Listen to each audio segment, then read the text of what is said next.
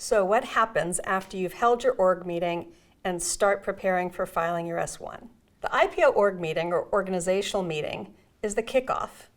It brings together the company, or the issuer, the underwriters, company legal counsel, underwriters legal counsel, one or more auditors, an IR/PR or investor relations, public relations firm, and likely various consultants and others.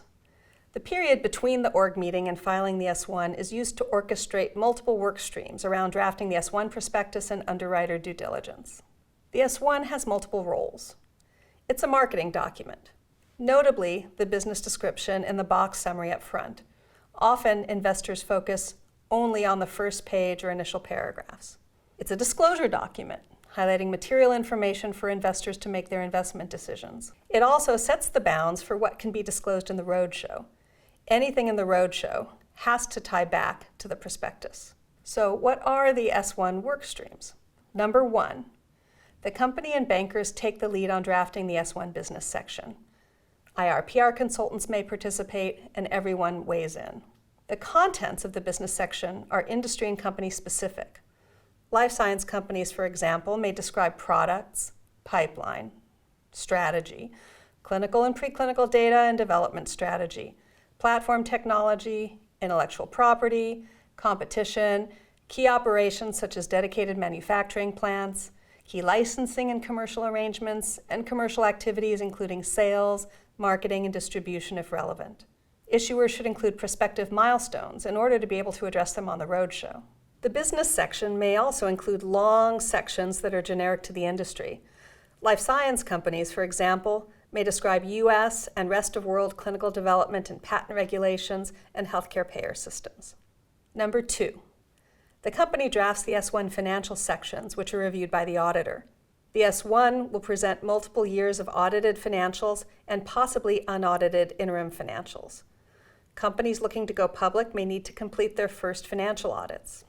Companies that have previously completed audits as a private company may need to recast their financial statements and footnotes for the small differences between private company AICPA financials and public company PCAOB financials, and the auditors may need to do additional testing.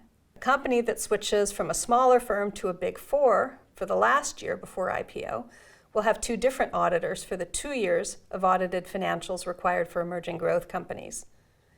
Any of these are long lead items that should begin before the org meeting and may continue right up to filing. Another important financial section is the Management Discussion and Analysis section, or MD&A.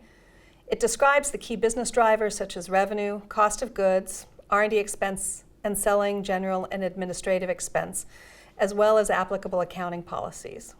Number 3, Issuer Counsel will take the lead in drafting the S-1 legal sections. These include risk factors, executive compensation discussion and analysis, a description of the IPO offering, and other sections.